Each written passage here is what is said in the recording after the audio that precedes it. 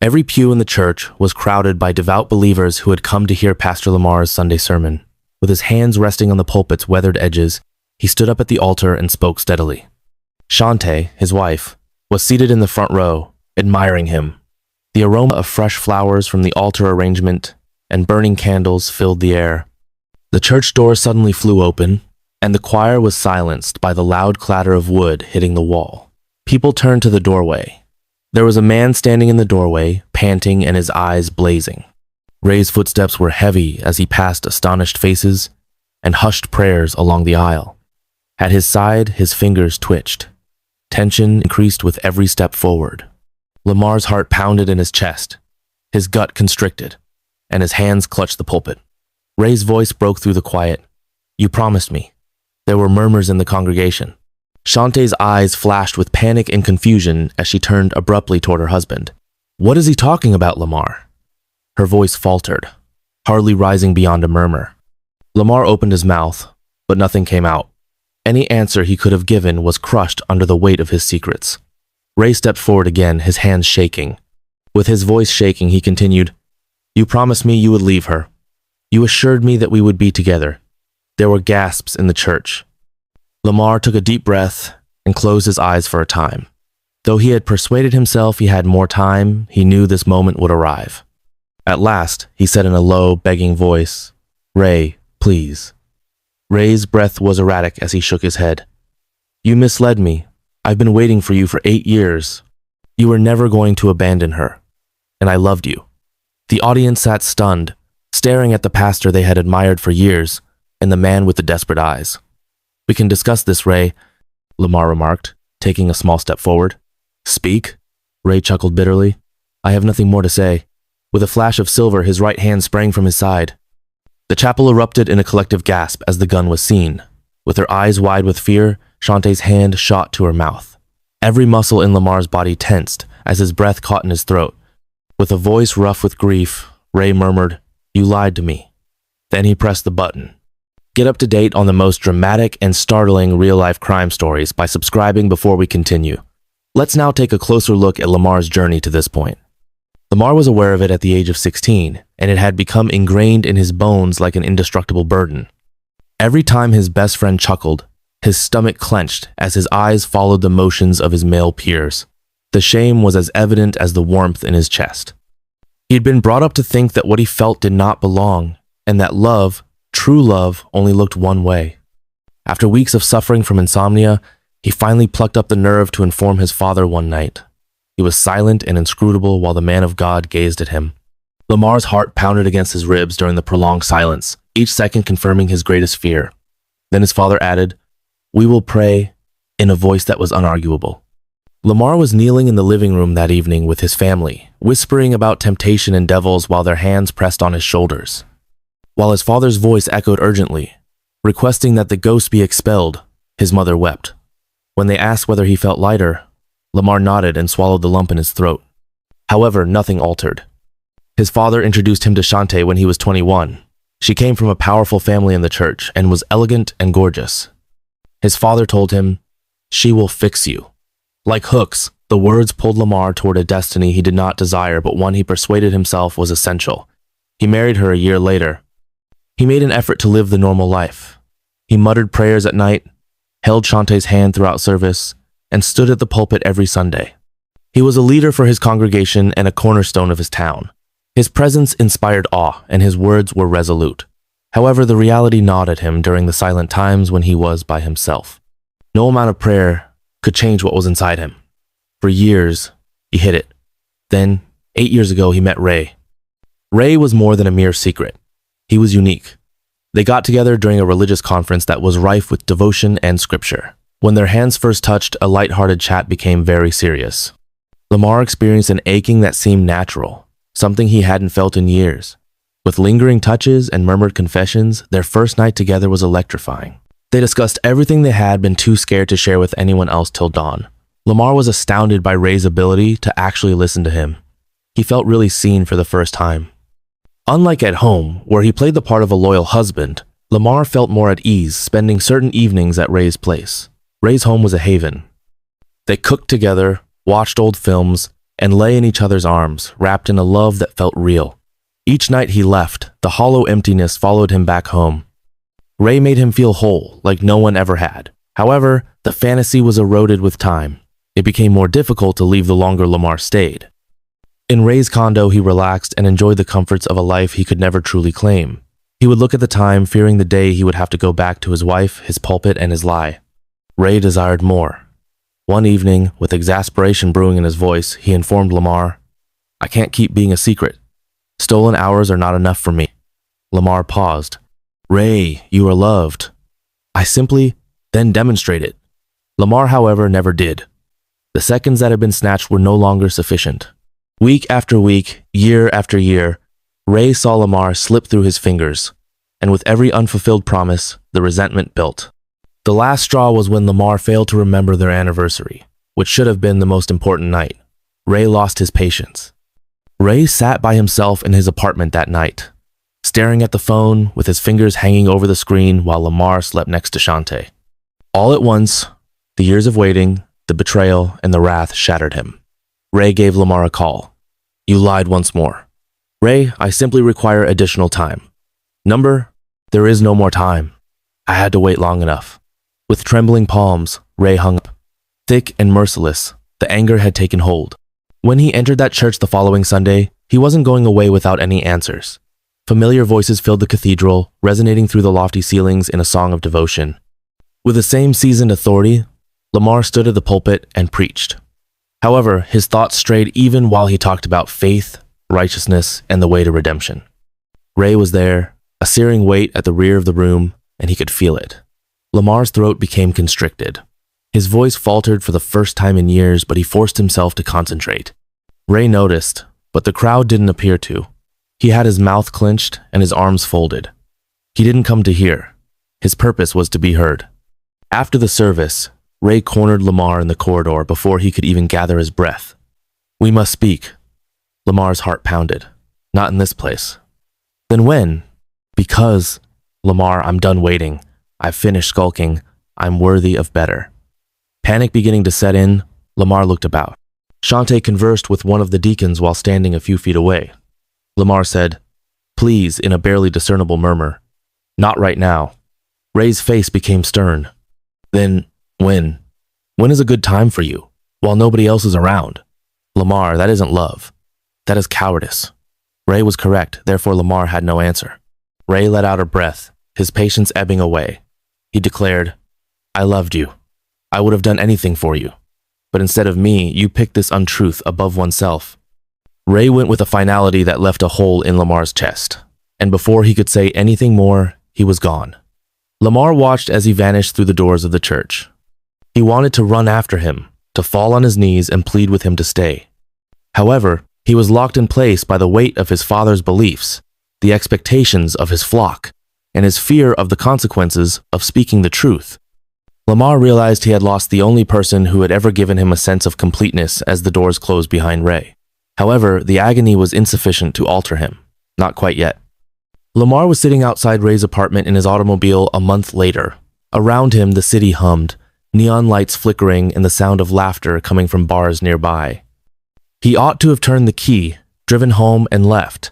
However, he wasn't prepared to part with the one truth he had ever known, and home was a lie. He went outside and breathed in the clear night air. His heart pounded frantically in his chest as he approached Ray's door, feeling like he was entering a battleground. There was no response when he knocked. He knocked more forcefully. The door opened wide. With his arms folded and his face impassive, Ray stood there. The warmth Lamar had previously perceived in his eyes had subsided into a guarded, aloof quality. "You." Ray shook his head and scoffed. "Number Lamar, you want both worlds. You want her in the light and me in the shadows.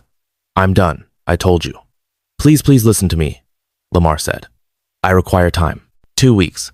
That's all. Ray, I know to you, I'll let her know. I'll be honest, I simply ask that you wait a bit longer." Ray stepped back and sighed. 2 weeks. What occurs after that period of time expires? One more justification? Another holdup? Lamar responded, his voice cracking. "Number. I will do it, I swear to you. I simply must do this correctly." Ray observed him for a while.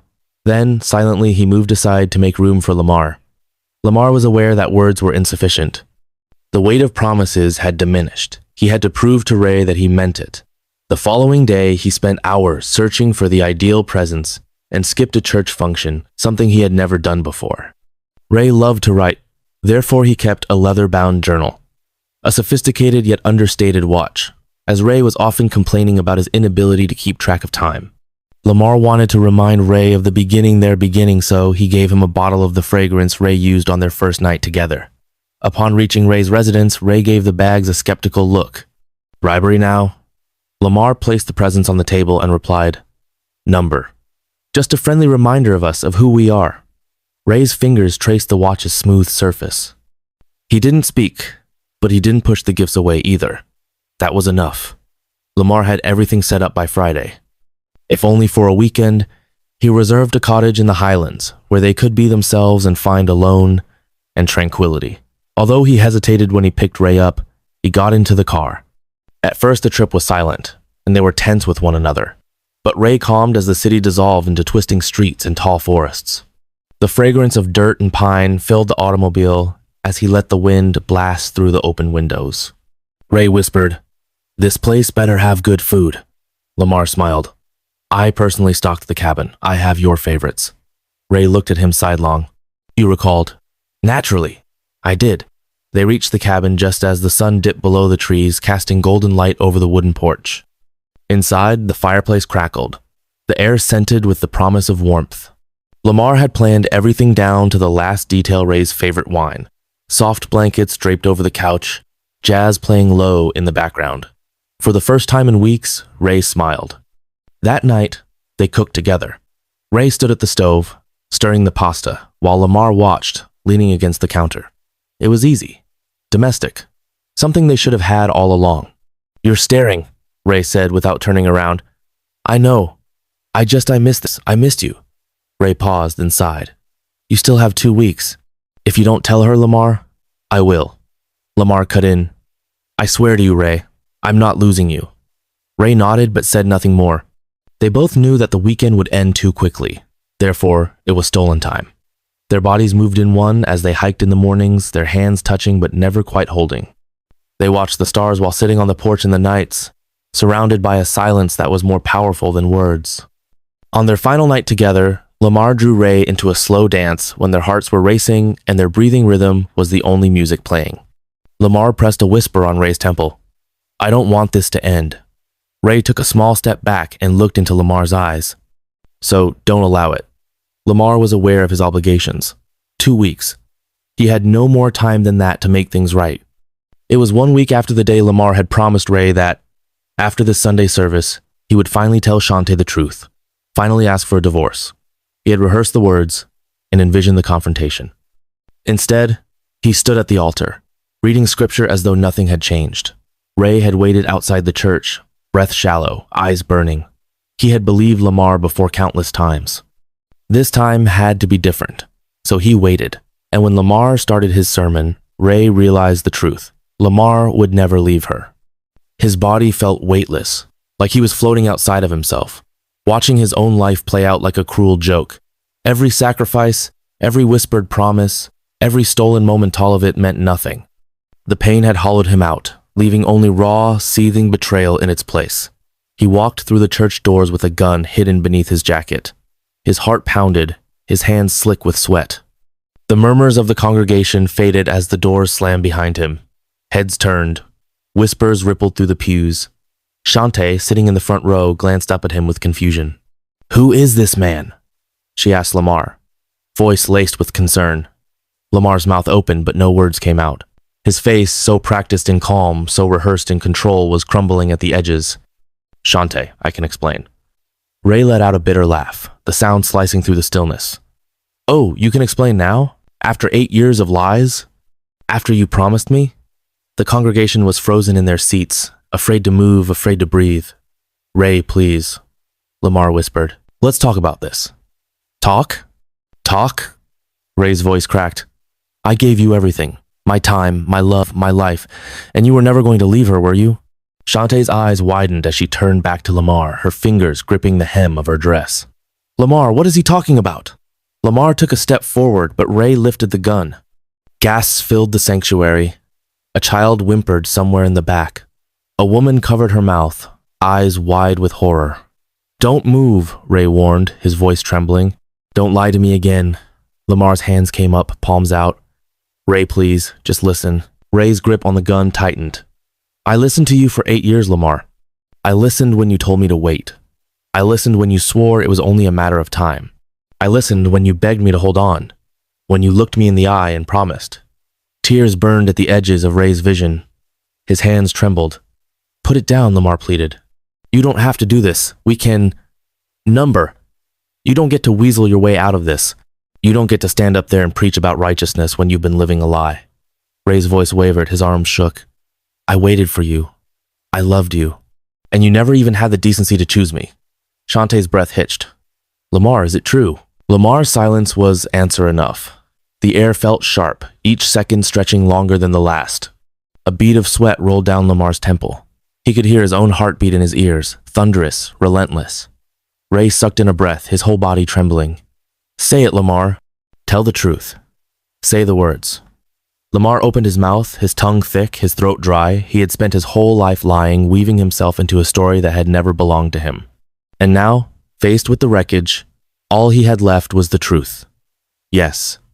The word barely left his lips, but it shattered everything. A choked sob escaped Shantae as she stumbled back, her hands trembling as they clutched at her chest. The congregation sat in stunned silence, their eyes darting between the man they revered and the man who had just exposed him.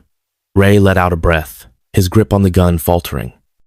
His rage had carried him this far, but now, as Lamar stood before him, stripped of every illusion, the weight of it all came crashing down.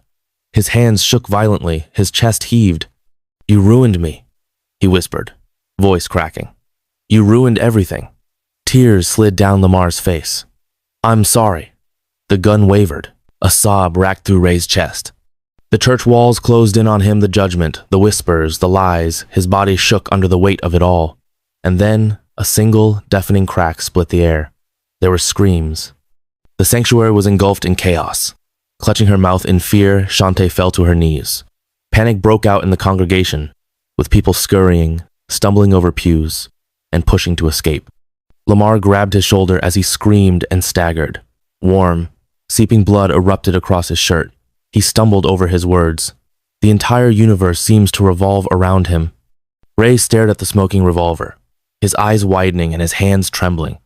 His face contorted in pain as his chest rose and fell in desperate breaths. I didn't mean." His voice could hardly be heard above the cries. Lamar collapsed to the ground as his legs failed him. In an instant, Shantae stood by his side, holding his face in her hands and shedding sobs. She cried, "Lamar, please stay with me." His breath was shallow and his lips parted. Whispering, I never meant to hurt you," he said. "I'm sorry." Just as sirens screamed in the distance, his eyes fluttered shut. Ray had already disappeared, sneaking through the church's back doors in the midst of the confusion, but the police and paramedics were there in a matter of seconds. After a thorough manhunt that lasted 2 weeks, Ray was found hiding in a small holiday home on the outskirts of the town. He didn't fight when the police arrived. He refrained from crying. As if everything had already been taken away from him, he just sat there and stared at the floor. Word of the tragedized pastor's secret life, the forbidden love, the tragic end spread like wildfire. Shantae never discussed it in public. Some said she knew the truth, while others said she didn't. She never again entered that church, though, that much was clear. The formerly self-assured guy who had barged into that chapel with fury in his heart suddenly seemed hollow in the courtroom, a shell of his former self. His once ferocious eyes were now empty. He had dark lines on his face from being on the run for 2 weeks and being questioned nonstop. With her fingers gripping an unopened tissue, Shantae sat rigidly in the front row. She had shed as many tears as she could. She had come for closure now. The seats behind her were occupied by members of the congregation who had once regarded Lamar as a rock of faith. The air was heavy with tension. The prosecutor stood forward, her voice clear and firm. On a Sunday morning, Raymond Jefferson entered that church and took lives. Without thinking, he pressed the trigger, aiming at a guy he had professed to love. He acted with purpose, with premeditation. "We are fighting for justice today for Lamar Coleman and all others who supported him." Ray hardly responded. The testimony, the stories of pandemonium, the blood pooling beneath Lamar's quivering body, and Shantae's frantic sobs were all things he had heard before. Even after repeatedly playing it back in his head, he was still unsure of how it had happened. In an effort to humanize him, his defense lawyer reminded the jury that love could drive a man insane and that Ray had been duped, driven to the limit, and broken. But nothing could justify what he had done. The jury deliberated for 3 hours. When they returned, the foreman stood, clearing his throat. We, the jury, find the defendant, Raymond Jefferson, guilty of second-degree murder. The courtroom was filled with a collective gasp. Shantae took a deep breath and clutched the side of her chair. The judge's tone was stern. Raymond Jefferson, this court sentences you to 45 years in prison, with no possibility of parole for the first 25. Ray's face remained unchanged. As they carried him away, he turned around and met Shantae's eyes. He simply nodded, accepting the fate he had sealed with a single pull of the trigger. There was only regret, no pleading or fury, and he was gone, outside. Thank you for watching. I really appreciate for your support, and by sharing the video, leaving a comment, and clicking the subscribe and hit the bell icon for more true stories, and also click the like button, you can contribute the growth of my channel. Your involvement has a significant impact. See you in the next video.